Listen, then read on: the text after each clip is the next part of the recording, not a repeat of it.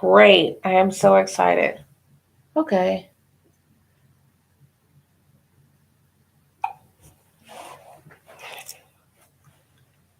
Welcome into the room again with a special agenda. I am so happy today because I did something that I don't normally do. Anybody that knows me well knows.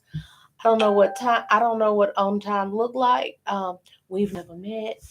So today to start a little bit early, and it gave me enough time too, since I started a little early because I'm trying to change the structure of my life and how I do things. It meant that I was able to work out some of the technical difficulties that I have been frequently having. So, again, welcome into the room with a special agenda. I want to give everybody a chance to get in here because I'm actually not supposed to start till 5:45. Hopefully, if people have questions or anything that they'd like to ask, please do. Today we will be discussing something that, if you don't have special needs people, it's something that you have, I'm certain, encountered, but it is a difficult subject to address, and it's a very sensitive subject to address. For us, anyone that knows our journey knows that we have special needs kids. One has autism, the other has Asperger's, which is a higher functioning version of autism. And we have some family members that we know of that have some other mental health issues, and our children do. Well, my oldest does, based on the fact that as they get older and they start to develop, that as they go through puberty, other things start to occur. So we're dealing with that respectfully, and in an attempt to be respectful to our daughter's wishes and concerns and others that we encounter. But one of the things that we're going to discuss today, which is a huge thing, and it's something that we bump into because everyone all over the world is being sensitive about so many things. But this particular issue is something that's close to my heart because it's something that people don't recognize that they're doing, hopefully unintentionally. Sometimes it ends up in a form of bullying without realizing that we, as their family members and friends, loved ones, co-workers, can be the bullies because of the things that we don't understand, acknowledge, or accept. Because oftentimes we want things to look a certain way. Society has decided how things should look with different forms of mental illness, and the fact that we have to accept that certain mental health things, they are diseases. The reason many people don't get the treatment that they need is because we have categorized it as something that we can possibly control without medical or professional assistance. In certain cultures, it is looked down upon to see different individuals. If you do not get the proper diagnosis by telling a doctor what's wrong, you can't get the treatment you need. If you want to hide those things, or you have that stigma on you of not being able to, as other people say, tell your business. In many cultures all over the world, one of the things that we constantly instruct our children and loved ones to do is to not tell people your business. Well, by doing that, you cover over what's necessary for them to get the assistance they needed. If you were having heart problems and you went to the doctor, regardless of what your habits were that may be contributing to your heart problems, it would be pointless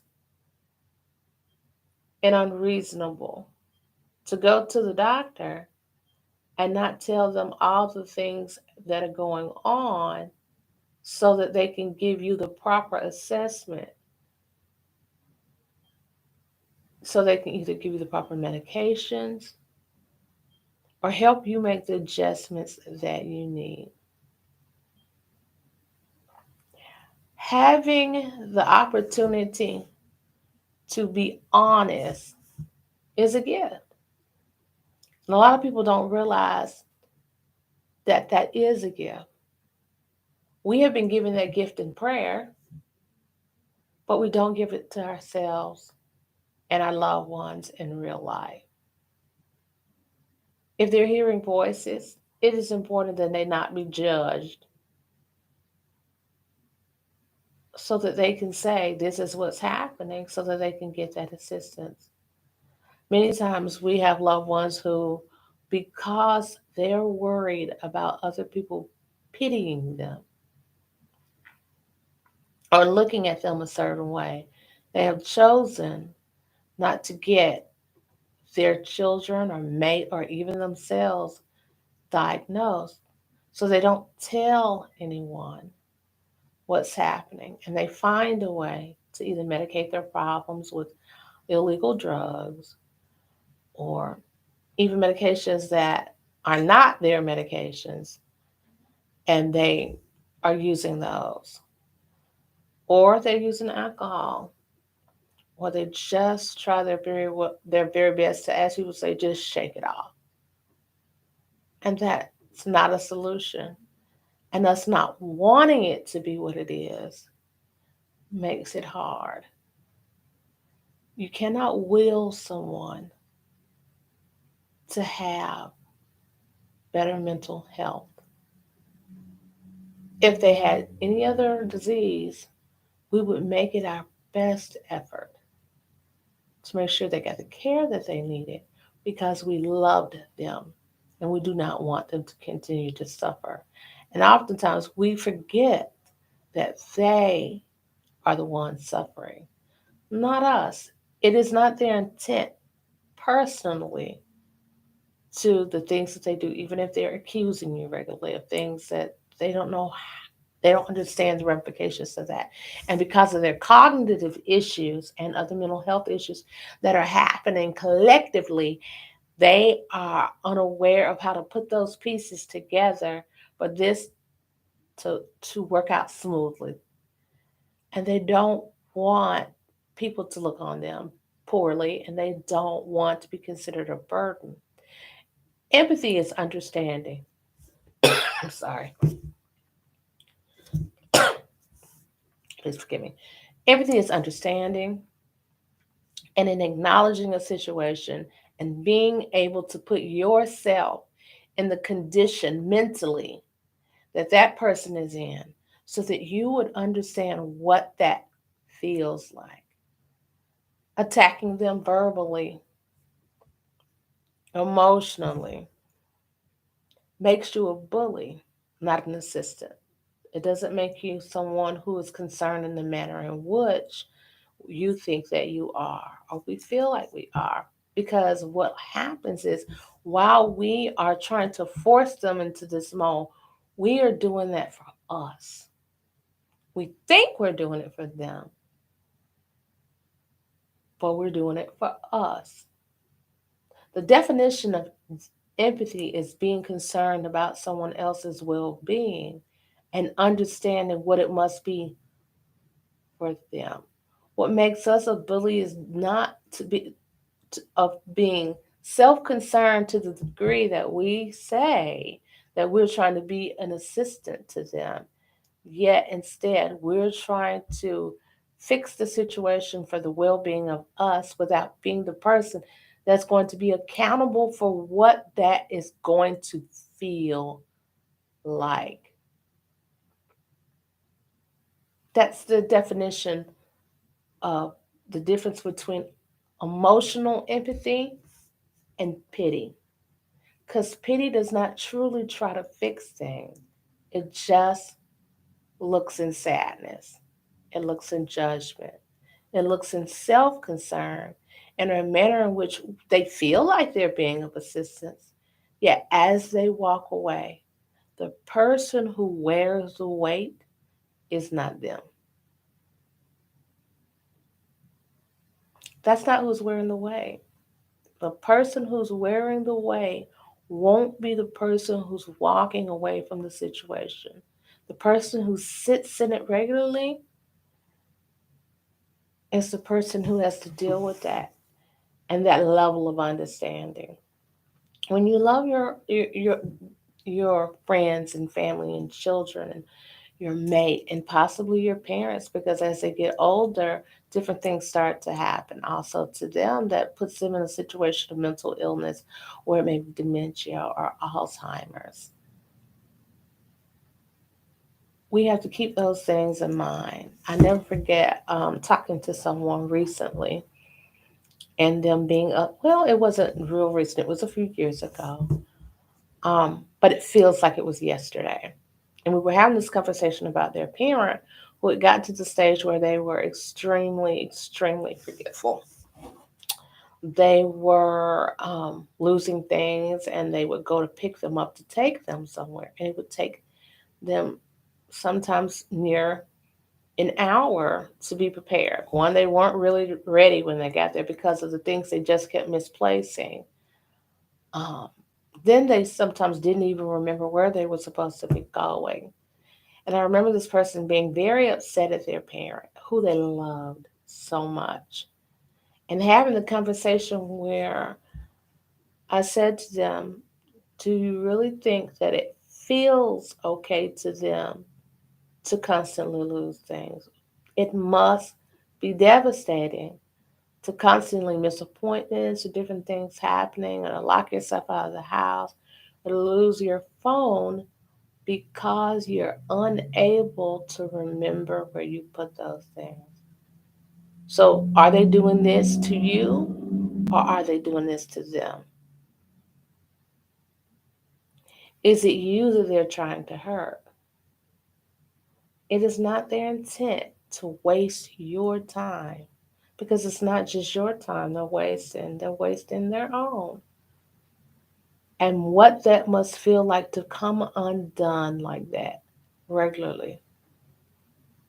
And would you like someone to treat you in the manner of frustration and anger that you're lashing out at them? Yes, I'm aware that you have somewhere else to go. But this is someone who loves you and has loved you your whole life. And this is not something they're intentionally trying to do. Wouldn't it be more effective to be of assistance than it would to be of judgment and correction? To not be able to sit in a situation because you are not aware of it, sometimes it's just the nature of life. But trying to be empathetic is crucial because we don't know at what point we will sit there. And to prevent someone from being able to be who they need to be and being their honesty, which is a gift, and where they can be honest with you about what's going on so that you can be of more assistance to them and you can help them help themselves. Well, they will trust you more. Oftentimes, the reason people don't get the help that they need is not just that they are unaware of what's going on. Sometimes they are, but they don't feel that there's a place of trust. They feel pity, not empathy. And very few people are willing to allow people that they don't trust, that pity them, to be of assistance.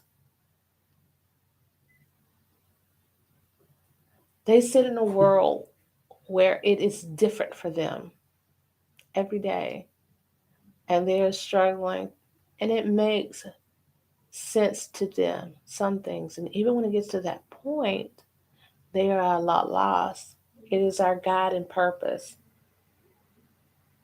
to be there, to be of the assistance that they need. We're not going to understand everything, but it is not our place to understand everything. It's our place to be there and to be supportive. When I say I struggle respectfully in my attempt to be of assistance to my daughter and to understand what's happening with her and to support her in the sense that she knows that I acknowledge the things that she does and her interest and not belittle her. Sometimes when we're very busy as parents, as friends, as mates, as children of parents who start to develop the things that come with being older, sometimes we have a tendency to belittle the needs of the ones that we love. As our parents get older, they will need more of our time. As our children grow older and their world becomes smaller because it consists more of us than it does of many other things in life, because they don't have the privilege that we do of interacting on the scale that we do, in which we have a lot of control of our life and they don't have very much control of theirs. We have to be careful not to crush the gifts that they do have and who they are because it doesn't fit where we think it should fit, or it doesn't fit how we think it should fit. Today, I have a book that I am going to be reading, and I hope that you all will join me. I am in love from the reviews of this book. It is not a very new book, but it is something that I deem and is important for myself. And I think is really crucial for other people who have not just children who have autism or people in their lives that have autism or people who have mental health issues and what that must be like. Sometimes I find that it is necessary, as I tend to forget, how important it is that I submerge myself into the world that is theirs, because occasionally we forget. And then I can see in her eyes she feels a little lost, a little left out, because you have all the cards and they're waiting for you to deal what they're hoping will be something beneficial to them, that they get a chance to just play. And we need to try to understand, me personally, what's going on with her and to remember the kind of person she is, even though I see her every day and I interact with her every day. I have to remind myself that there are certain things that aren't going to change and there are some things that may improve, but that I need to treat her as the gift that she is. Because being someone who learns and hears differently, it needs to be respected, honored, and then sometimes celebrated. Because there are many things that I've learned from her that I did not know I would. They have more to teach than we realize. So they shouldn't be treated as if, because they don't respond as we do, acknowledge and hear as we do, that they're not as important as we are. They absolutely are. And this book that I am working on is Like Color to the Blind. It is by Donna Williams, and it is about dealing with someone who has autism and what that means for them day to day. How to describe something to someone who can't feel it, who can't see it. How do you help someone to understand and for you to understand them? It's not just them not being able to comprehend our world, it is us having great difficulty comprehending theirs. We should put as much effort in as they are. And every day that they're in your company, They should feel treasured. We shouldn't think that everything that they're doing it to aggravate you. They're not doing it to aggravate you. They just don't know another way to do it. This is what they know. This is what they feel. This is the language that they speak. I always liken it to when we had her. And as time went on and we started to see the different things that were starting to happen or not happen developmentally for her, I always say it was like being dropped off in another country, not speaking the language. All the maps and everything was in a different language, knowing you had an appointment of somewhere to be there, but you didn't know who spoke the language that you spoke to be of any assistance. You didn't know where anything was. You didn't know how to get there. You didn't know how to read the map that was there. You were lost and floundering and still trying to figure it out. You're trying to use any landmarkers or anything that you could figure out that looked like it led in that direction. You didn't even know where to start your mission. You didn't know where to start those directions, what part to start at, so that you can have a general idea. You had nothing, and so it's that way for them as it is for us. So together we're learning. And the reason this discussion was hearing it out loud is because sometimes we hear things, but we don't hear it. In college, it's encouraged that when you have classes with your professor or you're just having your class in general and not just preparing for a test, just in general, even though you heard it the first time, you may need to hear it several other times so that you can review it and see what you missed. Sometimes when you're having conversation over certain things, what seems like you understood the lesson that you were supposed to receive from that conversation or what it was you were saying, even you may need to listen to it again to see what the other person heard, because sometimes what you think you said sounded differently to them than it did to you. That's one of the reasons I hate texting, because sometimes I will miss um, part of it, or you can miss the tone of a conversation because besides putting a letter in caps, or I mean putting a word in caps, or using emojis or something, um, it still doesn't give what you're trying to give exactly within the conversation. And even within those conversations in person, you miss people sometimes. For the longest, my mom used to say to me, I didn't know you could sing. I thought she was insulting me. When she actually that was her attempt at a compliment. And that wasn't even in text, that was in person. And there are many instances where we have misunderstandings like that. So imagine the misunderstandings that we have when we're communicating with someone who has a process in which they have cognitive communication uh, limitations. It's important that we take that time to hear each other and be kind. Try really hard to be empathetic and not pity each other so that we don't judge, so that we don't limit someone or cut their opportunity out to be honest about the help that they need. Sometimes they may need to reach out to you. But if they feel that you have a negative thought process towards what they may be about to tell you, or from past communication, they feel that you have a negative thought process towards people who have mental health issues.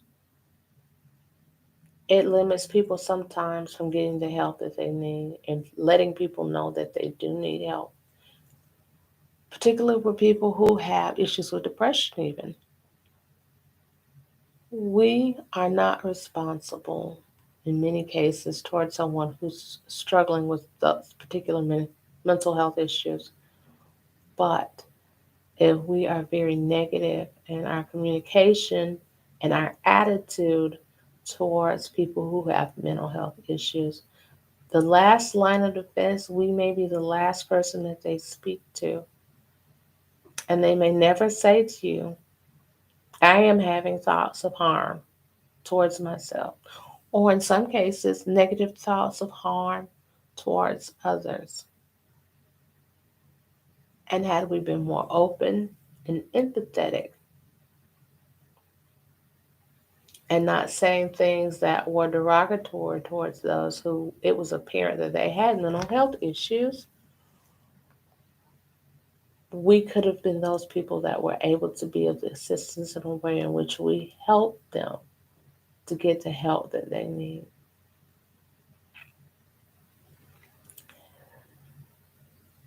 Well, it's been wonderful that you all have joined me again in the room with a special agenda. I hope that we remember to build and not destroy, because it's important that we build each other up, not tear each other down. Be careful about the words you use, because it can pull a building down one brick at a time. Thank you for taking that time again. You all are wonderful. Have a beautiful night. Love each other, even those who are not being kind to you, because it's a choice. Have a great night.